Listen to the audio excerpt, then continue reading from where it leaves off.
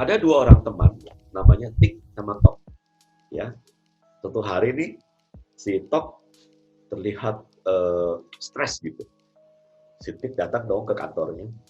Tok, lu kayaknya stres banget lu. Kenapa lu? Si Tok bilang, waduh, nanti sore gue disuruh presentasi nih. Malah yang datang para pejabat semua lagi. Terus, kenapa stres? Ini loh, gue nggak bisa di sini, sini, sini. Oke, gue bantuin ya. Oke deh. Wah, dibantuin nih sama si Tik nih.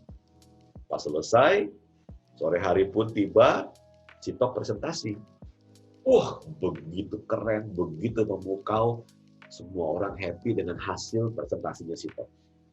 Terus tiba-tiba si pimpinan berdiri dong dan ucapan terima kasih. Baik, Bapak Ibu sekalian, sekarang kita dengarkan presentasi dari Tik. Si Tiknya langsung bengong. Saya Pak? Iya. Kamu nggak dengar apa? Nggak baca email saya kan kalian berdua hari ini presentasi. Nggak siap Pak. Kenapa bisa nggak siap? Lu ngapain aja seharian ini? Saya bantuin si Tok Pak. Waduh ya kacau ya. Ini hanya cerita saja yang menggambarkan hubungan antar manusia itu sangat unik ya. Kalau kita hidup sendirian di hutan gitu, ya, kita bisa berperilaku apapun yang kita inginkan. Ya. Setara PDW katanya gitu ya. Tapi kalau kita hidup sama orang lain kan kita harus bertimbang rasa, kita harus jaga perasaan orang dan lain sebagainya ya. Nah, dalam hubungan dengan rekan atau dengan partner atau dengan orang lain, ada satu konsep cara berpikir yang perlu kita pertimbangkan. Ya, ini dari Stephen Covey, namanya emotional bank account atau menabung di rekening emosi seseorang. Jadi kita itu harus senantiasa melakukan tabungan-tabungan berupa kebaikan di hati orang-orang yang adalah rekan-rekan kita. Gitu. Jadi orang-orang itu kan boleh dibilang dibagi dua ya. Ada yang inner circle, ada yang out circle ya. Jadi ada yang orang-orang di dalam lingkaran kita yang terdekat. Ini adalah orang-orang yang frekuensi ketemunya itu sering banget. Setiap hari, setiap minggu tuh ketemu dia. Ini harus dijaga. Nih. Dan ada orang-orang yang frekuensi pertemuannya nggak terlalu sering. Ya. Nah, terhadap orang-orang seperti itu kita nggak perlu terlalu berupaya seperti orang-orang yang berada dalam lingkaran dalam kita. Ya.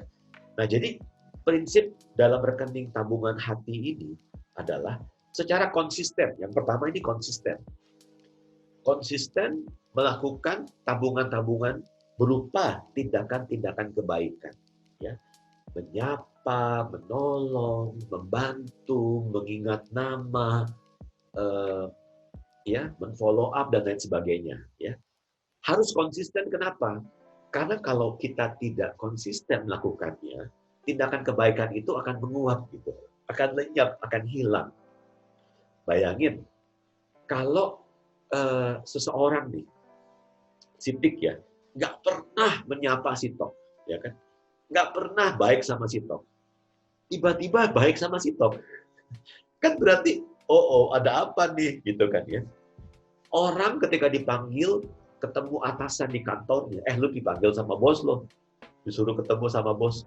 Reaksi orang bisa, oke, itu reaksi pertama.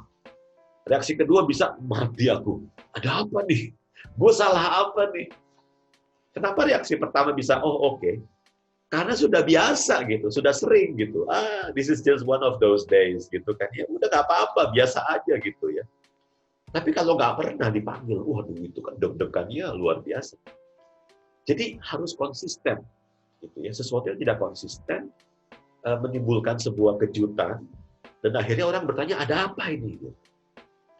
Yang kedua adalah kita semua yang berada dalam lingkaran dalam ini, rekan kerja ini, kita masing-masing harus secara aktif melakukan tabungan-tabungan di rekening hati di tiap-tiap anggotanya itu. Ya. Kenapa? Karena, nah ini dia, kalau kita masih punya saldo rekening kebaikan di hati dari rekan kita, kan suatu saat kita membuat kesalahan, it's still okay, right? Karena masih ada saldonya kan. Kita kan nggak sempurna, kita bisa saking buru-buru mengatakan sesuatu yang entah kenapa menyinggung perasaan orang, atau bertindak dengan cara-cara yang membuat orang jadi marah, kan begitu. Jadi kalau kita secara aktif melakukan tindakan kebaikan, kita sudah menumpuk sebuah saldo. Kapan-kapan kita tarik saldo itu, ya, kan masih ada jumlah nominalnya.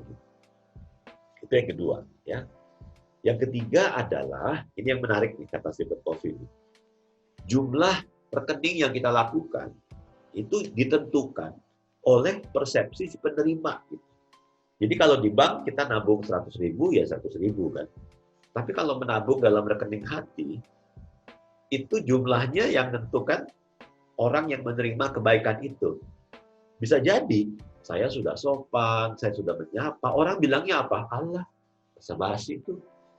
Allah, nggak sungguh-sungguh. Allah, muka dua, dan lain sebagainya kan.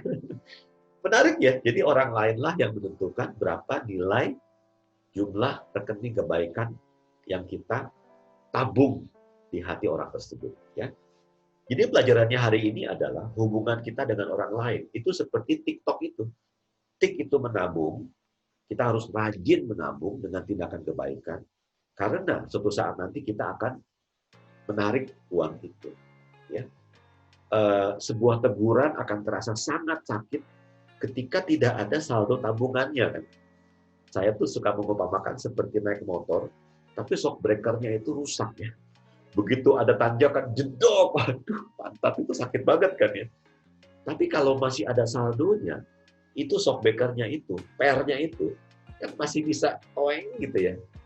Memang berasa sih ketika ditegur, tapi masih enak gitu. Ya.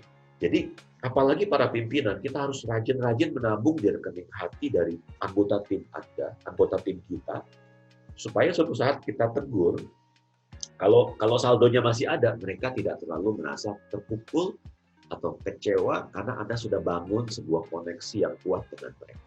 Ya. So mudah-mudahan tips ini bisa bermanfaat. Kita lanjutkan ke tips kita yang berikutnya di episode yang berikutnya. Thank you.